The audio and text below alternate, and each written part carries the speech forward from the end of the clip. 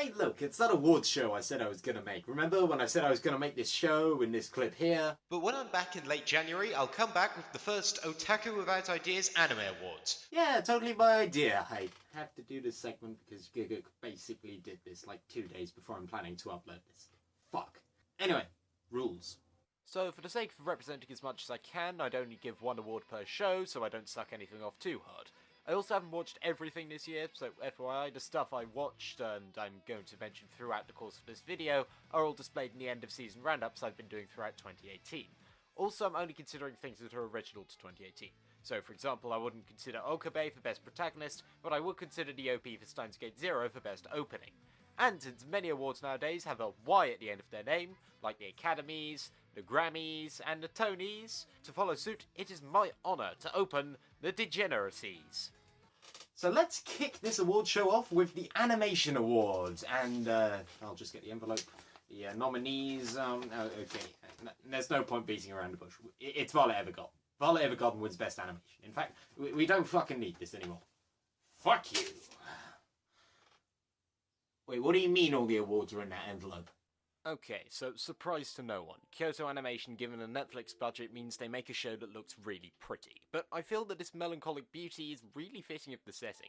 This interpretation of post-war France with British names and American attitudes to Versailles comes alive under the surgical brilliance of KyoAni, and, you know, budget helps. Although on the subject of Violet Evergarden, I considered it for best music as well, although I only based that claim off one song, which Attack, but most importantly, Never Coming Back.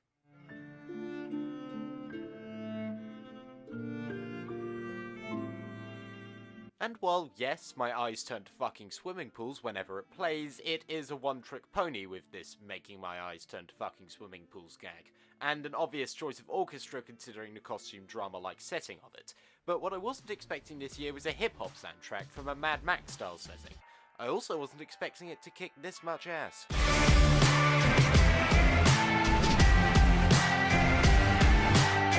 I don't want to talk. I don't want to disturb this audible badassery.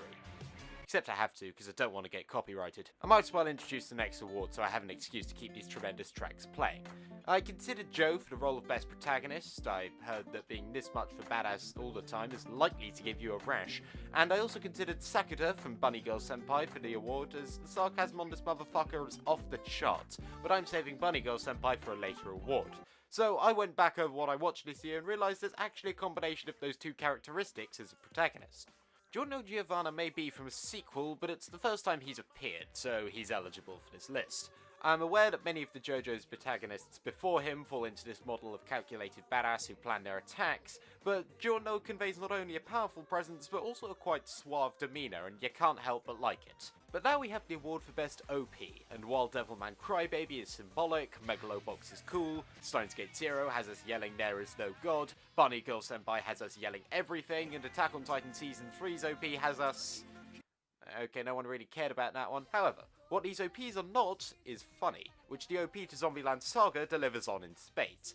It feels like a fan-made PV for the show, and in all the good ways. With the obvious exception of the humour, it's hard to see how this relates to Zombieland Saga, and I don't really care. The only way to make this funnier is to have Mamoru Miyano sing this, which I'm kinda disappointed didn't happen now that I have that image in my head. But if this is the price we have to pay so that we can get something that reminds me of Shimonetta, then I won't complain, because God knows we all need some more Shimonetta in our lives. But now comes the category that I had the most trouble deciding, Best ED. I started off thinking a place further than the universe, because penguins, then I saw the Violet Evergarden ED. Or I didn't, because my eyes were too filled with tears to be able to make anything out. But then Attack on Titan Season 3's ED blew me off my feet, and surprisingly it wasn't the opening. Then I saw the ED to Hisune and Masatan, which has the main girls dancing around to a song by France Gall, who is a singer, not to be confused with Charles de Gaulle, the French president who carried a bag of blood everywhere he went. That last part was true, by the way. And I saw this ED and thought, right, that's it. No more EDs can content. Then I found another alternative. I never thought that paper plus photography would be an aesthetic that immediately springs to mind when I think of Fulikuli, but the point of Fulikuli is that nothing should come logically. The painstaking lengths I can imagine the animators going through to produce this, genuinely impressive. How they did this shots, I'll never know. Although, since we're talking about Fulikuli Alternative, I might as well get on to the award for Best Sequel. and Alternative was pretty good as a sequel, but only really because it surpassed Progressive, and I think it could have done more to be as insane as the first Fooly Cooly. Attack on Titan and My Hero Academia released their Season 3s, with Attack on Titan finding the balance between the two respective elements that made the first two seasons popular, and My Hero Academia was, of course, amazing, but expectedly so. It evolved the tone a bit and had a few moments that I didn't see coming, but if you want to see an entire series which I never saw coming, look no further. Steins Gate Zero came out at the perfect time for me. Right as I finished the first one, well, about a month after I finished the first Steins Gate, I had to go into the great chasm of suffering eternally first, but when I started it, I felt right back at home. The muted colour palette, check. The tension, check. Kurisu naked in the ED, double check. But when you realise what separates this series from the first one, the threat of World War III feels much more daunting, and the depths of pain that each character goes through feels much more brutal. Steins Gate Zero is the best kind of sequel, because it feels separate, yet also connected at the same time, tying up loose ends in the first series that I didn't even notice. That's gotta count for something, right? But now we get on to the best comedy of the year. Pop Team Epic was a good shitpost while it lasted, but not for much longer afterwards, so I'm gonna lump East There Must Turn in this section because both it and Zombieland Saga are funny shows, but ran into problems as they had to ditch their comedic tones in order to develop their characters, which breaks the flow a bit. While both shows have characters that serve as exceptions to that rule, Lilikos and Saki respectively, but it's not a full remedy to that problem. However, if we're judging this from the fundamentals of comedy, then Hinamatsuri is head and shoulders above the rest. Hinamatsuri respects that it's here to make us laugh, and also wants to develop its cast. Thankfully, the series learns to multitask, with either jokes serving the character development, or the character development serving the jokes, which means that the show never breaks the flow in the wrong way. But if the jokes were all that you cared about, then don't worry, Hinamatsuri will keep you covered. Rewatching this series, I still can't remember punchlines until they come around to split my sides again. Much appreciated. Next up, Best Drama. I have no introduction for this because I thought I had no other opportunity, so I'm just going to give the award to Bloom and to you. I wasn't going to find another place to talk about it, but with writing this good, it doesn't need to impress me in other aspects. This heartwarming story of two girls coming to terms with their urge to fuck is pretty universal, yet tender. These characters are great, nothing feels overbearing, it's just a good drama, need I say more? As for Best Action of the Year, while Megalobox was badass and Review Starlight was creative, I'm talking about 2018.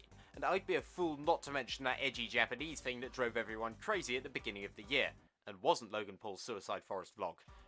Yeah, Devilman Crybaby. Not that much that hasn't been said. The fucked up nature of everything from the perspective of Akira reminds us that anime was once, well, Akira.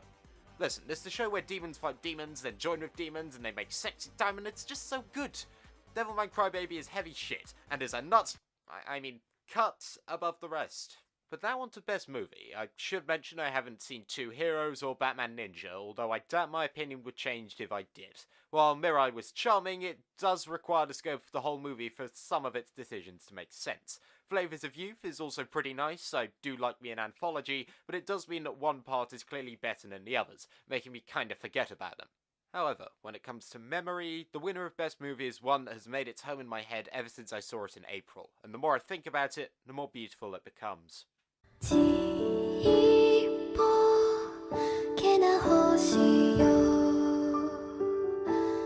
Makia, Sayoasa, When the Promised Flower Blooms, that one that made me remember we'll all die one day. Whatever you know it by, this movie is something special, be it because of its scale, its themes, its characters, its music, its animation, its symbolism, or the amount of tissues you're going to need after watching it. No, that isn't a porn thing. While distribution is always a pain, and I was very lucky to find a screening when I did, I hope in the next month others will be raving about the movie like I am. Guys, well, I mean, before we get on to the penultimate category, I actually got an award, yeah. So, here, it says,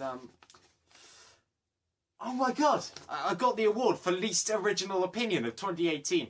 I try my hardest. I don't get the without ideas part of my name for nothing, Also placed further than the universe, the best show of 2018.